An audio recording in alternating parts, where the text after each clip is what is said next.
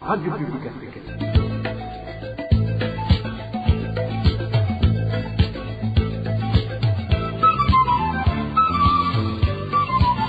Radio Publique Africaine.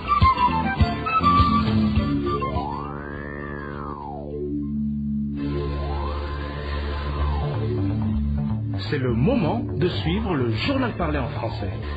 À la présentation, Janvier Ninina Hazgu. Nous sommes le samedi 20 décembre l'an 2025. Bienvenue chers auditeurs et auditrices à l'édition de la Radio Publique Africaine parlée en langue française et dont voici l'essentiel. Le numéro 1 Burundi menace pour la énième fois de livrer la guerre contre Kigali. Pour le parti MSD, ces menaces ne constituent que la peur et le dédouanement quant à la défaite notoire de Gitega dans la guerre à l'est de la République démocratique du Congo. La population de Muyinga s'insurge contre les contributions forcées soi-disant pour la construction du nouveau bureau provincial de Buhumuza. Enfin, les réfugiés congolais rassemblés à Gatumba sont dans le besoin urgent d'aide humanitaire. Dans l'entretemps, plus de 100 cas du choléra sont déjà signalés parmi les Congolais réfugiés au Burundi. Et c'est tout pour le sommaire. Restez à l'écoute. Dans quelques instants, l'édition complète. Encore une fois, bienvenue par sécuritaire d'abord. Gitega s'apprête à livrer la guerre contre Kigali puisque son voisin du Nord entretient une mauvaise cohabitation. Déclaration du président Evariste Ndayishimiye ce vendredi à Gitega, la capitale politique, lors de la présentation des vœux au chef de l'État par les corps de défense et de sécurité. Ndayishimiye a recommandé à ses institutions et à toute la population en général à être plus que vigilante. Suivez.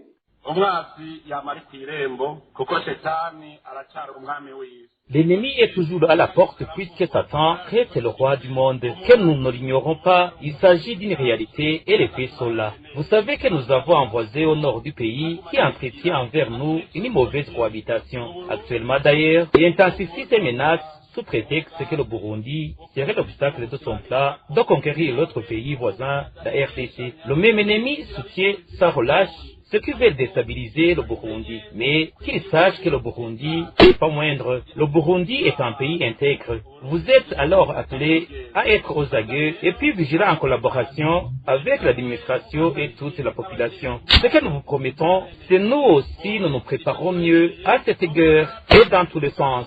Je vous assure que celui qui tentera à attaquer le Burundi saura amorcer cette guerre, mais il ne saura jamais comment elle va se terminer.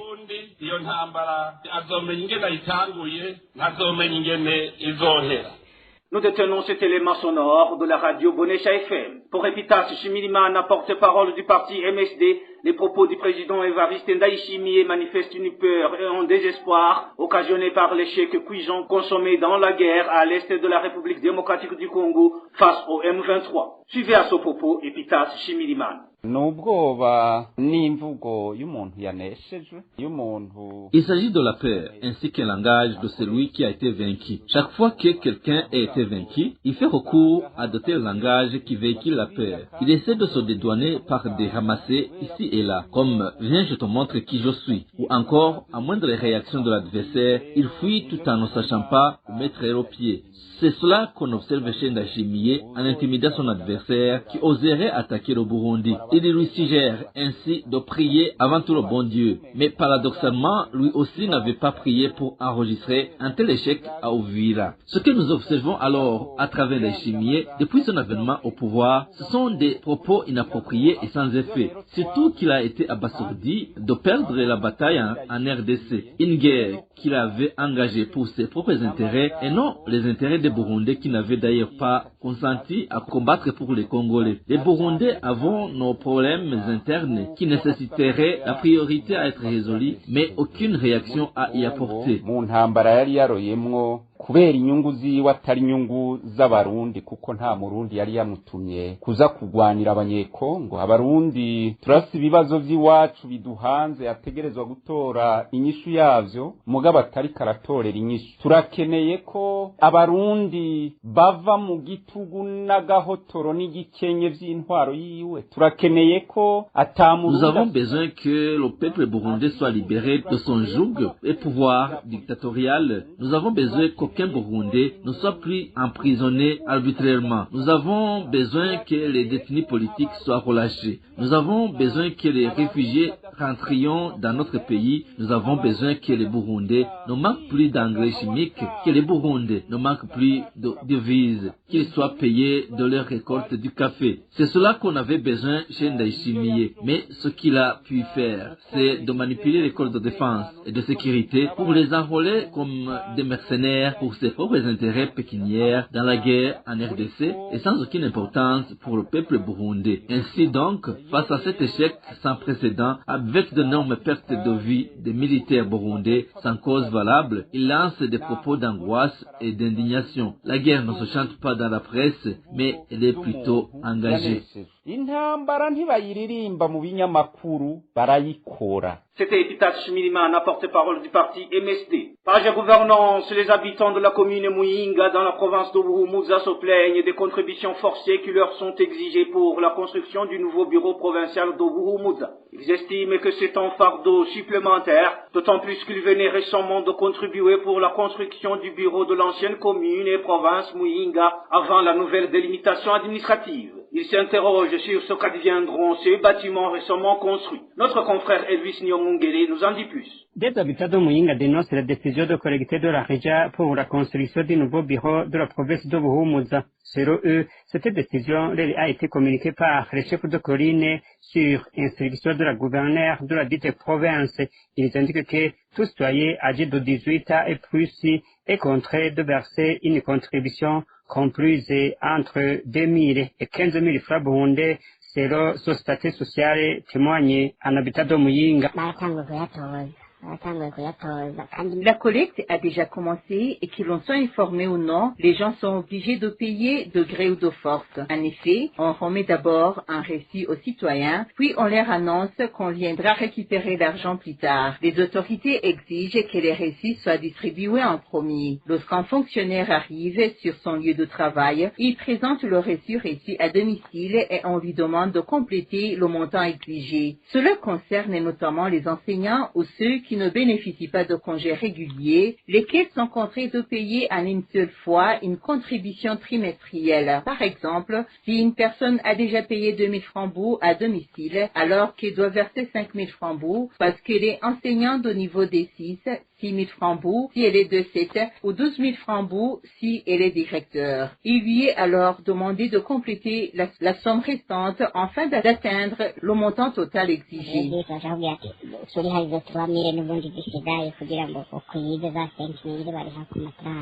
Ces habitants déplorent également le nombre excessif de contributions exigées, rappela qu'ils ont été sollicités récemment pour la construction du bureau communal ainsi que pour celui de l'ancienne province de Muyinga. Ce qui nous étonne et nous attriste en tant que citoyens, c'est que nous nous sommes déjà sacrifiés pour construire le nouveau bureau communal de Muyinga, un bâtiment à plusieurs étages. Ensuite, nous avons contribué à la construction d'un autre bâtiment de 4 niveaux pour l'ancienne province. Et voilà que nous sommes de nouveau sollicités pour participer à d'autres travaux, notamment l'achèvement d'une route pavée à laquelle on demande d'ajouter du sable et des pierres afin de bien l'aménager. Dans la commune de Butininda, les habitants à qui des compteurs électriques ont été attribués ont été priés de mettre du sable autour de leur maison pour permettre l'installation des poteaux électriques dans un environnement propre. Heureusement, ils disposent actuellement de l'électricité. Mais tous ces efforts nous épuisent alors que nous vivons déjà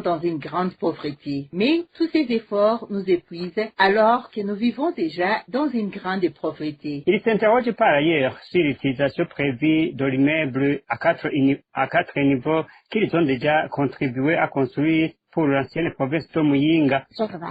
Nous nous demandons enfin à qui serviront les bâtiments construits auparavant à une époque où les provinces n'avaient pas encore été divisées. Ne voit-il pas la pauvreté dans laquelle nous vivons? Qu'on en finisse une bonne fois pour toutes, car nous souffrons pour rien.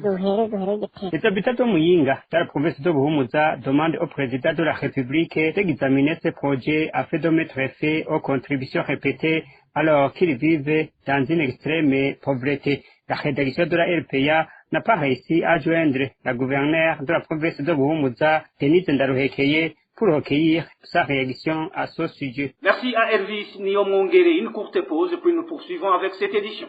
RPA. Depuis un certain temps s'observe une pénurie persistante d'eau potable dans une partie du quartier Mutanga Nord, situé dans la zone Girosha en commune Nahangwa. Les habitants de cette zone se disent indignés de constater que ceux vivant dans la partie sud du même quartier bénéficient d'un approvisionnement régulier et permanent. N'est-ce pas digne, Karondo? La partie dite Mutanga Nord-Bas s'étend depuis les environs situés en haut de l'hôpital militaire jusqu'à la route Nyabongo. Quant à Mutanga Nord, elle commence à Monsio en descendant et se termine également sur la même route Nyabongo. Selon nos sources, les habitants de Mutanga Nord-Bas ne connaissent aucun problème d'approvisionnement en eau. Ils en disposent de manière régulière, y compris pendant la saison sèche. Au moment où les autres sont contraints de parcourir de longues distances pour s'approvisionner, il est fréquent de voir dans cette partie des personnes en train d'arroser leur jardin. À Mutanga Nord, les habitants s'indignent du fait que leurs voisins de la partie basse ne manquent jamais d'eau, tandis qu'eux-mêmes en sont presque totalement privés. Lorsqu'ils bénéficient exceptionnellement d'une distribution, celle-ci n'a lieu qu'une seule fois par semaine pour une durée très limitée. Parfois, une semaine entière, sans qu'aucune goutte d'eau ne leur soit fournie. Pourtant, un tank contenant de l'eau existe bel et bien dans la zone, mais selon les habitants, elle serait ouverte exclusivement au profit de Mutanga Nord-Bas, laissant l'autre partie sans accès. Cette situation suscite de nombreuses interrogations parmi la population. Certains se demandent si la régularité de l'approvisionnement en eau dans la partie basse ne serait pas liée à la présence dans cette zone d'une haute autorité du pays, en l'occurrence le président de l'Assemblée nationale du Burundi, Gérald Ndabirabe. Ne disposant pas d'un robinet public à Mutanga Nord, les habitants sont contraints de transporter des bidons pour aller chercher de l'eau ailleurs. Certains se rendent dans d'autres quartiers pour en acheter et d'autres en sollicitent chez les proches ou amis. En cette période où sévit l'épidémie de choléra dans différentes provinces du pays et que les sociétés de collecte des déchets ménagers n'exercent plus les activités dans ce quartier depuis 3 mois, les habitants de Mutanga Nord interpellent les institutions compétentes pour qu'elles trouvent une solution au problème de l'eau potable avant que la situation ne se dégrade. À ce propos, la rédaction de la RPA, nous avons essayé de contacter la porte-parole de la régie des eaux. Son téléphone sonnait sans réponse. Merci Adigne Karondo. Plus de 100 réfugiés congolais ont déjà été touchés par l'épidémie du choléra dans différents sites de transit, selon un rapport du Centre des opérations d'urgence de santé publique du ministère de la Santé publique. Ce centre indique que la persistance de cette épidémie est notamment due au manque d'hygiène et à l'insuffisance d'eau potable dans ces sites. C'est un reportage signé d'Annie-Claire Ilatroum. 32 réfugiés congolais ont déjà été touchés par l'épidémie de choléra dans différents sites de transit, selon un rapport du Centre des opérations d'urgence de santé publique, COUSP, rendu public le 18 de ce mois. Au site de transit de Gatumba, 106 personnes sont atteintes du choléra, 41 sont prises en charge dans le centre de traitement du choléra de Rwilidi et 65 à la clinique Prince Louis Guagasole. Sur le site Bweru se trouvant à Busuma, 27 réfugiés sont soignés dans un centre de traitement à Ruyigi. À Kansenga, dans la zone d'Ava de la commune Bukinanyana, un autre site de transit et de réfugiés congolais, 2 personnes ont déjà été touchées par l'épidémie et sont prises en charge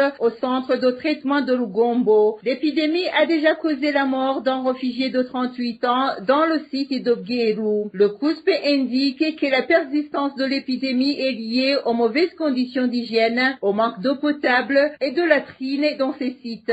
Le centre appelle le gouvernement et ses partenaires à intensifier le dépistage des nouveaux arrivants au point d'entrée et dans les camps, à assurer l'accès à l'eau potable, à améliorer l'assainissement et sensibiliser sur les mesures de prévention et à renforcer les structures de traitement des malades. Depuis le début de l'année jusqu'au 18 décembre, 3248 cas de choléra ont été enregistrés dans le pays, dont 14 décès selon le COUSP. Merci à Dani-Claire Ilatroumba. Dans le même prolongement, les réfugiés congolais rassemblés en zone Gatumba, commune Nahangwa, province Bujumbura, sont dans le besoin urgent d'être assistés en nourriture et en couverture. Au moment où certains d'entre eux sont en train d'être transférés à Ruyigi, ceux qui sont encore à Gatumba commandent de la nourriture dans les ménages proches. Emmanuel Niungeko nous parle de la situation dans laquelle se trouvent ces réfugiés congolais. Rassemblés sur le terrain de football situé derrière le camp de la police en zone Gatumba, commune Ntahangwa, dans la province de Bujumbura, ces réfugiés congolais sont dans des conditions de vie déplorables, sans nourriture ni couverture. Les habitants des environs font savoir qu'ils sont dans le besoin urgent d'être assistés.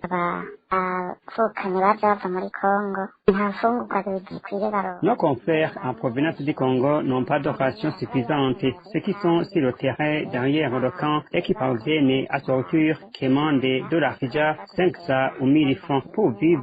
Ils demandent soit de la nourriture ou de l'argent pour s'acheter de quoi manger. Un autre malheur est que depuis les troubles dehors, SDT n'ont pas amené de couverture. Ils ont ainsi des tentes pour s'abriter, mais ils mènent une mauvaise vie.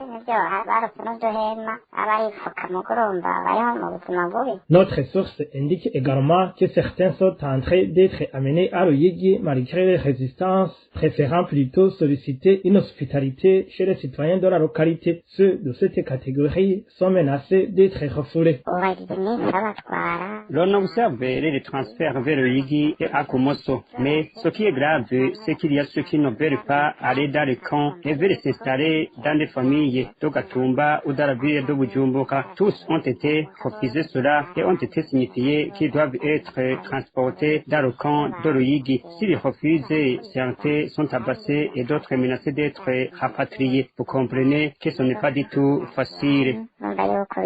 Les réfugiés congolais réunis sur le terrain de football de la zone Gatumba dépassent légèrement un effectif de 4000, du moins selon nos sources, parmi les administratifs à la base. C'était Emmanuel Niungeko. Page économie à présent, la mise en œuvre des décisions qui vont être prises lors de la conférence internationale sur la lutte contre la corruption qui s'est tenue à Doha du 15 au 19 décembre sera difficile car les représentants burundais à la conférence ne comprennent pas pleinement la lutte contre la corruption. C'est ce qu'a déclaré Gabriel Rufyiri, président de l'OLICOM, lors d'un entretien avec la presse ce vendredi. Gabriel Rufyiri demande au gouvernement burundais de désigner un représentant issu des organisations privées de lutte contre la corruption qui le représentera systématiquement dans ce type d'activité afin d'éradiquer la corruption au Burundi. Suivez Gabriel Rufyiri. Au niveau de Doha, il est organisé du 15 au 19, donc aujourd'hui, la 11e session des États partis à la Convention des Nations Unies contre la corruption. Le Burundi, État signataire. Le Burundi doit obéir et respecter donc la Convention dans toute son intégralité. D'où on a demandé à ce qu'il y ait le point focal qui existait avant 2020. C'est à ce niveau que le Burundi sera crédible en matière de gouvernance et de transparence et de lutte contre la corruption. Jusqu'aujourd'hui, le point focal n'existait pas. Mais depuis 2020, le Burundi n'est pas examiné. Parce qu'il n'y a pas d'un point focal. Il n'y a donc, comme je viens de vous le dire, les actions de lutte contre la corruption sont presque d'arrêt. D'où ces examens qui ont été réalisés, les rapports sont là. Même l'OLICOM a fait un rapport parallèle. Parce que le mécanisme de suivi le permet de le faire. En tant que société civile qui suit la mise en œuvre de cette convention. Mais je dois vous dire, les recommandations qui sont dans ces rapports n'ont pas été mises en application. Voilà pourquoi nous disons que il est extrêmement important que les discours politiques qui sont menés par les autorités doivent être accompagnés par les actes concrets, ce qui n'est pas le cas actuellement malheureusement. C'était Gabriel Rufyiri, président de l'OLICOM. Page sportive pour clore cette édition, le groupe F, dont la prochaine Coupe d'Afrique des Nations est composée du Cameroun, de la Côte d'Ivoire, du Gabon et du Mozambique. La Côte d'Ivoire et le Cameroun partent favoris, mais le Gabon peut jouer les troubles faits. Les détails de ce groupe F avec Désiré Atundimal. Le Cameroun, surnommé les Lions Indomptables, est l'un des géants du football africain. Ce pays participe cette année à la CAN pour la 22e fois et l'a déjà remporté à 5 reprises, devenant ainsi le deuxième pays le plus titré derrière l'Égypte. Les joueurs camerounais à suivre de près lors de cette CAN sont entre autres Brian Mbemo de Manchester United et Carlos Baleba de Brighton. Signalons quand même l'absence d'André Onana, le gardien numéro 1 de ce pays, suite aux conflits internes à la Fédération de football du Cameroun. Ce pays est l'un des favoris de cette CAN, comme pour chaque édition. La Côte d'Ivoire, appelée les éléphants, est un autre grand pays de football africain tenant du titre. Cette année, les éléphants participent à la CAN pour la 26e fois et a déjà remporté cette compétition à 3 reprises, en 1992, 2015 et 2024. En 1992, ce pays remporte la CAN sans encaisser le moindre but, comme ce fut le cas pour le Cameroun en 2002. Les joueurs à surveiller de près sont Seko Fofana, Franck Kessie le capitaine et la pépite de Manchester United, Amad Diallo. Ce pays est favori pour passer le premier tour, mais il a également les qualités pour défendre son titre. Le Gabon, ou les Panthères, est un autre pays de ce groupe à ne pas négliger. Il participera à la CAN pour la 9e fois, mais n'a jamais gagné cette compétition. La meilleure performance de ce pays remonte de 2015, où il a joué les quarts de finale. Les joueurs clés de cette équipe sont Pierre-Emerick Aubameyang et Mario Lemina. Pour ce groupe F, le Gabon peut jouer les troubles fêtes. Le 4e pays de ce groupe F est le Mozambique, surnommé Os Mambas. Ce pays participe pour la 6e fois à la CAN, mais n'a jamais dépassé le premier tour. Cette année encore, il sera très difficile aux Mambas de passer le premier tour. Cette Coupe d'Afrique des Nations, la 35e édition, débutera ce dimanche à 21h. Le match d'ouverture opposera le Maroc, pays hôte, aux Comores. Et voilà, mes chers auditeurs et auditrices, c'est sur cette page sportive présentée par Désiré Hatungimana que nous mettons fin à cette édition de la RPA parler en langue française ce samedi 20 décembre l'an 2025. Merci pour votre aimable écoute. Merci à toute l'équipe de la rédaction pour la collecte et le traitement de toutes ces infos. Sans oublier de remercier l'équipe technique pour sa bonne collaboration. À la présentation, vous étiez avec Janvier Ninina Hazoué. Excellent week-end chez vous.